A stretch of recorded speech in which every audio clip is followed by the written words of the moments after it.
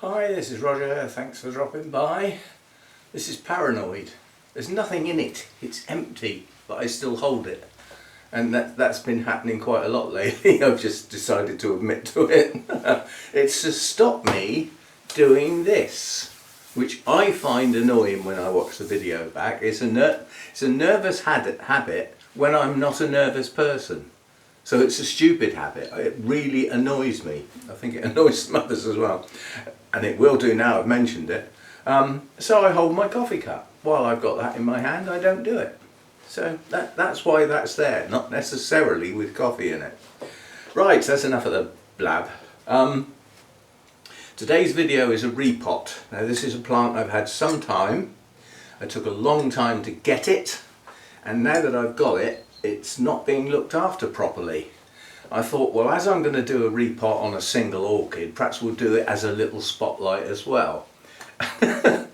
So you look up everything you can find out about the orchid and find out that you can't find out anything. There's next to nothing to say about this orchid, quite honestly.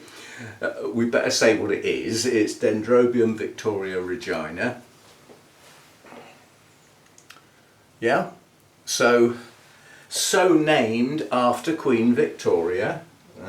End of the 1800s, beginning of the 1900s. Around that time it was described. So it's been around a while. So I'm just getting it out, ready. So what can we find out about this then? Well, it's a cool to cold grower. So should be growing really well here, shouldn't it? Should be growing like a weed. Is it? No. So then we think, well, why isn't it? And wherever you find any information about this, you find out it comes from the Philippines and it grows anywhere from 1300 to 2700 meters. So that is cool to cold. Definitely. So I have temperatures more suited to this than I've ever had before. And it's found growing in dense forests. It's a shade lover. Does this look like shady? No, it's too bright. It needs to go somewhere where it gets less light. Number one issue. And the forests that it comes from tend to be primarily oak forests, which, as we know, have a dense canopy, and in places where rhododendrons and azaleas grow. Well, they are forest floor dwellers. They are also acid lovers. They like an acidic based soil to grow. So you could sort of say, perhaps that's the problem, it's not acidic enough. And then you think, hang on, this grows up in the trees, it's not down there with the azaleas, is it? It's up in the trees. So the acidity or otherwise of the ground makes very little, if any, difference to the plant. So what else do we find out? We find out that virtually everywhere you read about care for this Dendrobium, it grows in moss. Is it growing in moss? Is it hell? It's growing in pure bark. No moss in sight. Right, so having just disregarded the acidity of the soil area and this, that and the other, if it's virtually always found growing in moss, moss tends to turn pure rainwater more acidic than it would have been if it hadn't gone in the moss. So we get back to the fact that this probably likes a more acidic media than perhaps some others. Because a lot of the time we're doing our best to stop the media becoming acidic.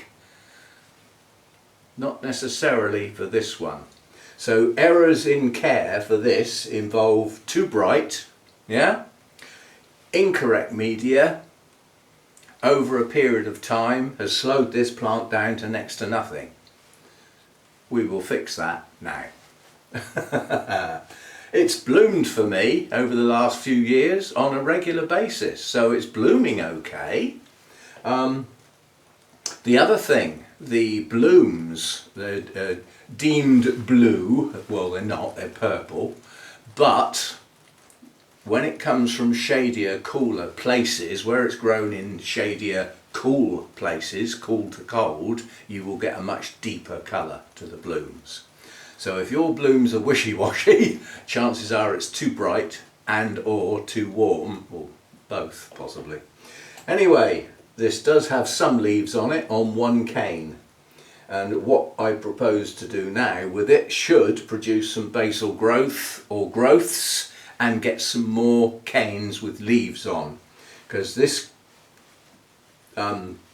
plant, as far as feeding itself via photosynthesis, is not really happening much because it's got so few leaves. It is what you'd call semi-deciduous. It doesn't grow a cane with leaves on and dump them in that winter so that they're gone by the same time next year. They hang on there a couple of years, but they will hang on there longer if the plant is happy and in a right environment. So this has never been out of its pot. Now, Burnham's have some lovely specimen plants of this in big baskets. I mean big baskets, hanging out all over the place. They are large specimen plants, and most of the time they're spent in the private section. They're not out on display until the time of year when they put on quite a mass showing, at which point they normally get moved into the Orchid Paradise section of Burnham's nursery. Which is where many of their specimen plants appear for viewing at the time they come into bloom.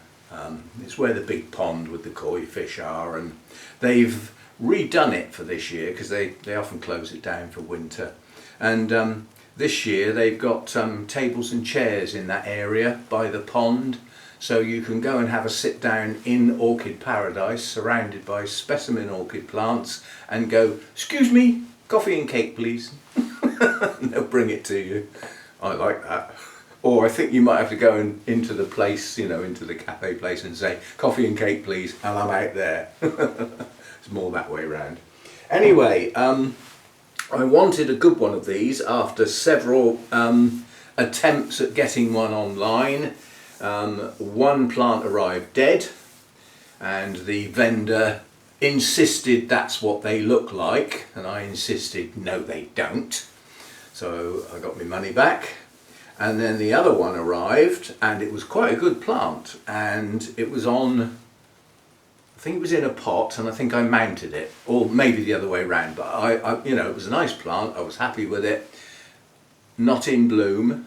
Anyway, I either put it in a pot or put it on a mount, one or the other, and then 6 months later it bloomed, and it was pale pink. And it was not the actual business, it was a hybrid. So I contacted the vendor, had a right moan about it. "Oh, we're very, you know, we really want to look after our people and everything, but you'll have to send it back for a refund." So, and the postage is obviously at your expense, of course. And when I sent it back, moaned like hell because I'd changed it from a mount to a pot, or a pot to a mount. At which point I'm starting to get annoyed because, yeah, but it was you that sent me a hybrid when I wanted the species, blah, blah, blah. And then I find out that that particular vendor has had problems left, right and centre, and often is recommended to leave well alone. Well, I didn't know that at the time. I do now. And I would back up and support that view of that vendor. Right. So we'll swing the... Oh, we didn't finish the story. So anyway, I wanted a good one after several failures. So I said to Sarah at Burnham's, "Have you got any victoria-reginaes lying around?" She said, "No, we haven't at the moment. We are due to split some soon. Do you want me to put one to one side?" I said, "Well, two things. Yes, I'd love you to put one to one side. And can you make it a decent sized piece, please? Not a one cane split." She said, "Okay, I'll make a note." And it was nearly 2 years before I got my plant, but I got the note, came through and said, "We've split up a couple of the specimen ones. I put one to one side for you. What do you want me to do with it? Do you want me to post it?" I said, "No thanks, I'll come and get it. I'll be there shortly." So that's how I got it. And I'd been nagging at Sarah for some considerable time to get this plant, so I was well pleased when I got it. And now it's going to rain. Right, we will swing the camera down, get this out of the pot. This got potted on. It hasn't actually been properly repotted, I don't think. I think I just put it in a bigger pot. But I'm not happy with the way the roots look anymore, because they all look tired. I don't think they're dead as such, but they look very tired. There's no root activity as such. There's a little bit here, there's a green root tip there. And the plant is too high in the pot. Right, let's swing the camera around so that you can see what I'm up to. Otherwise there's not a lot of point, is there? Something like that. Right, so that's my plant. When I repot this, I'm going to strap it so that all of the canes are upright. The reason being, it's going in a smaller pot. And if I don't do that, then it's just going to keep falling over. Or I might put it inside a clay pot, put it in a smaller pot and then put it in a clay pot. This is probably going to come out very easily. Yep, there we go. And then this is very old, tired bark. It's not gone off as such, and bearing in mind everywhere you read, you know, this always lives in moss, so probably would prefer an acidic media rather than neutral, shall we say. Actually, this, maybe I haven't potted this on. It's just highly unlike Burnham's to repot or pot something up in a clear pot, which is what it's in. Now I'm not going mad with these roots, but I do want as much of this old media off as possible because it's old and tired. Even though it's bark, bark can still start to break down after an amount of time. And I've had this plant quite a while. It may even be the longest, the plant that's been in the same pot the longest. It may well be that one. But I'm not going through every single one of my records to find out. It's coming off quite easy. Yeah, we've got some signs of new root growth at the base of the plant, which probably is a good place for them.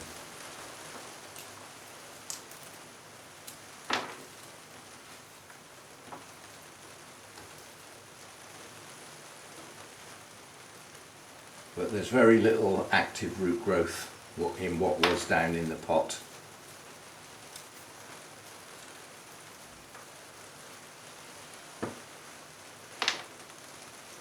Right, but we do have some old dead roots, mostly in the centre of the pot. So I'm going to take those off where I can see them.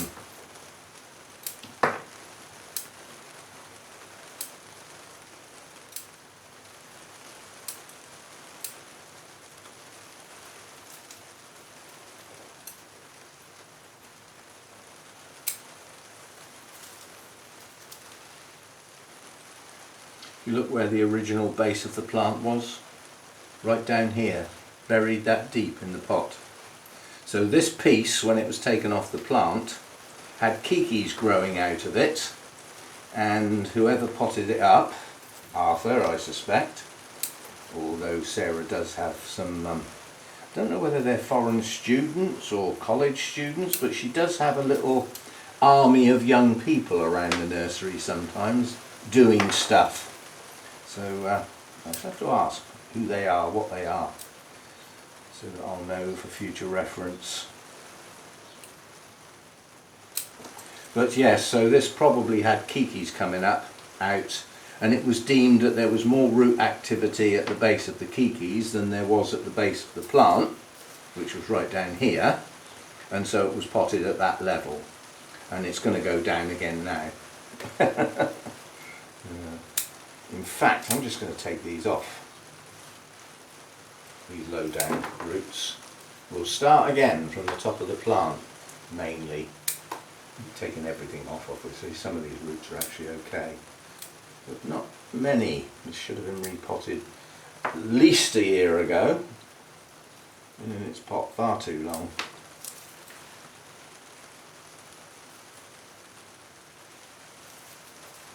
Yeah, far too long. So I'm aware after the last repot that I did that because I'm right-handed, the camera would be better on the other side, quite honestly, in the doorway. It'll be at more of an angle, but at least my hand won't keep getting in the way and you'll be able to see what's going on. Right, so that'll do. That'll do. Right, now I'm just going to untangle these canes so that they are distributed around the cane that's green in an orderly fashion, like that.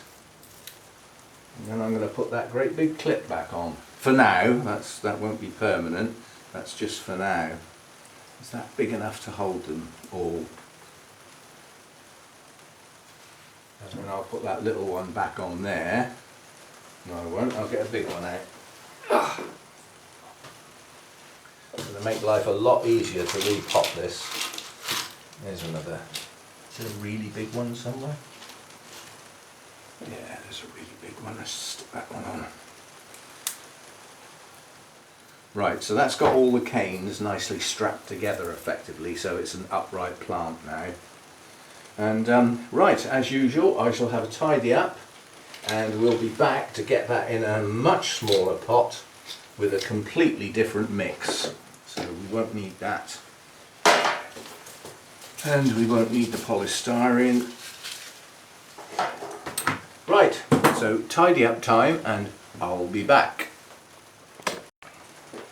Okay, so I've got a fair bit of moss in there, in a lot of water. It's very, very wet. There's a reason for that, because in here is some dry. Combination of the two, medium wet.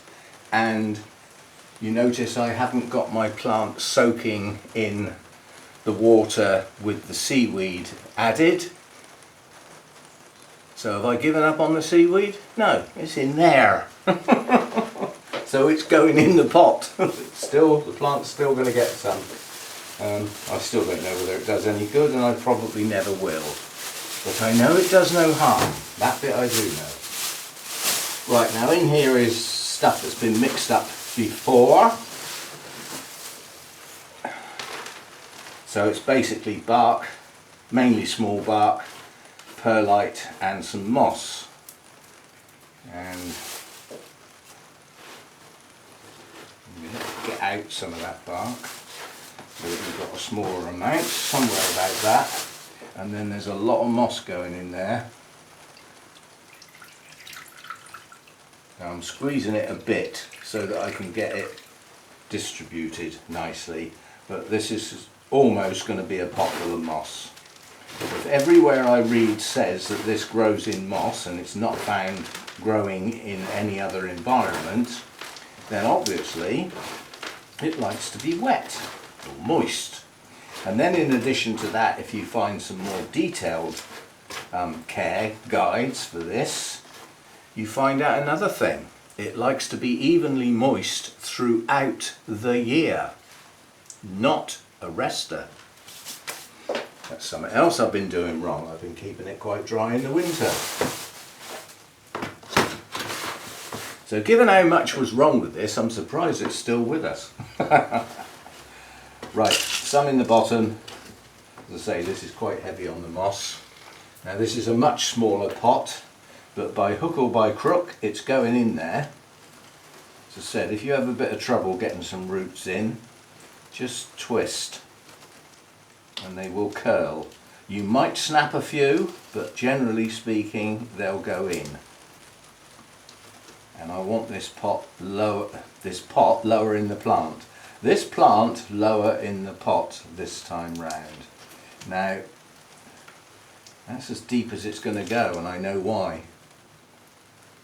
That base is going to have to come off, stopping it going in the pot. Now, what's that done to the plant? Oh, nothing, it's still held together.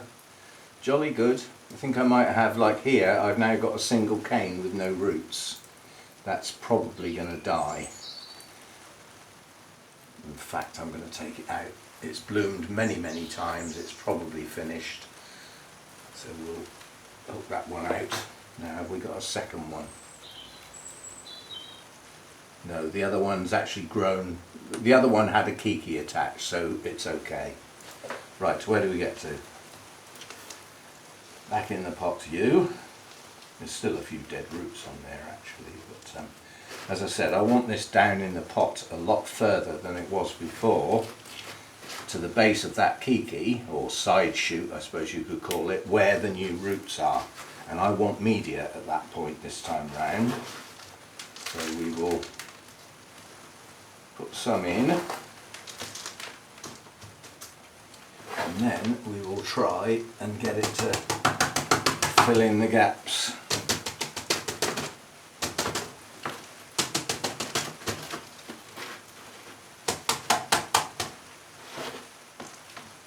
Which it seems to be doing okay. I'm going to have to press some of this down. Not prepared to have loads of air gaps, not with this one, not this time round. You're going to stand up on your own. At the moment, yes. Right, and most of this media that's going around the top of the plant is moss.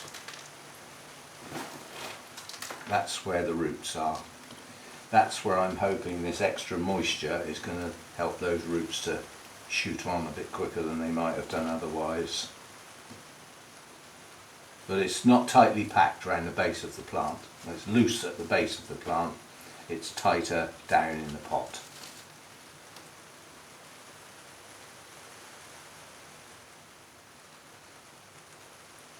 I know what's wrong. We've hooked the canes together too low down, so it's not as upright as I thought it was going to be. So we'll move the clip up a bit, or that one. That's better, that's more upright now. And then what I'm going to do is I'm going to get this moss out of the way so that we're left with some bark and perlite. And I'm going to use that to top the pot off. And that should stop the water evaporating off of the moss so quickly. And then we're going to put the whole lot jammed in a clay pot to stop the pot falling over. It won't stop the plant falling over within the pot, but it will stop the pot falling over because it's jammed in there. There we go. And our RO water with the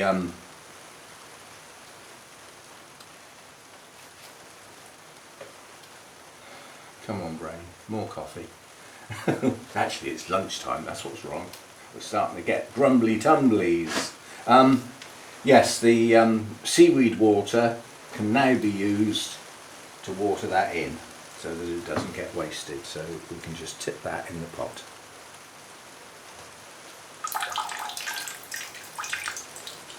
There we go, and now we've watered it as well. So hopefully this is going to start growing some decent roots now, because it hasn't got very many. And hopefully it will encourage new root growth. It's got moisture around the base, and I'm also hoping that that should generate some basal growths, because it hasn't had one for a long time. The one that's got the leaves on is came out part way up the plant, so it hasn't come from the real base of the plant. Now what we've got to do is try and find somewhere not quite so bright, somewhere like a lower shelf, something like that, and therein lies a problem. It's that tall. I've got to find a lower shelf where that will fit and not get quite so much light, and I can see one from here. Let me just try my hand so that I can pick the camera up, and I'll show you where it's going to go. Because where it goes is, put the tag in, as important as what it's in and the temperature. It's all relative to hoping this plant will do better now. So wobbly camera for a minute or two while I get it on my hand and turn the screen round. Now where I've got tall shelves, there's a tall shelf there, It's where a shelf's missing, that's what I call a tall shelf. Obviously a top shelf is tall, but that's going to be bright. See, now that's slightly less light there. There's not exactly a lot of room on that one. That's a low shelf with lower light, but it happens to have a cymbidium on it that might have a virus, and that's on its own, that's where it lives. We've got a tall shelf there, and there. Neither of those are any good, they're too bright. But if we look down in here, we've got this little bit of staging here that I have to drag out when I'm watering, but over behind it, this bit is a tall shelf because this bit of shelving is missing. It's been used there, so that's not a tall shelf, but this bit is, and that is underneath all of this lot. So that's the shadiest place I've got, so that's where it's going to go. And let's see if it picks up a bit. So there we go. I'll stick a picture of the blooms up so that you can see why I'm keen on keeping this going. And I think it should now start to grow a bit better. We shall see. I mean, I've repotted some Dendrobiums that didn't seem bad, and they've just keeled over. But this is the time of year it would naturally come into growth. It's now got moisture around the base, not enough to rot it. It has got some roots on the plant already, and it's got some new ones growing that will come straight out into nice new media. So that's about as good as I can do with it. Now we'll see what happens. Right, so there we go, a repot. Only a single plant this time round, but a bit of a spotlight while we were there. And I'll see you next time. Thanks for dropping by.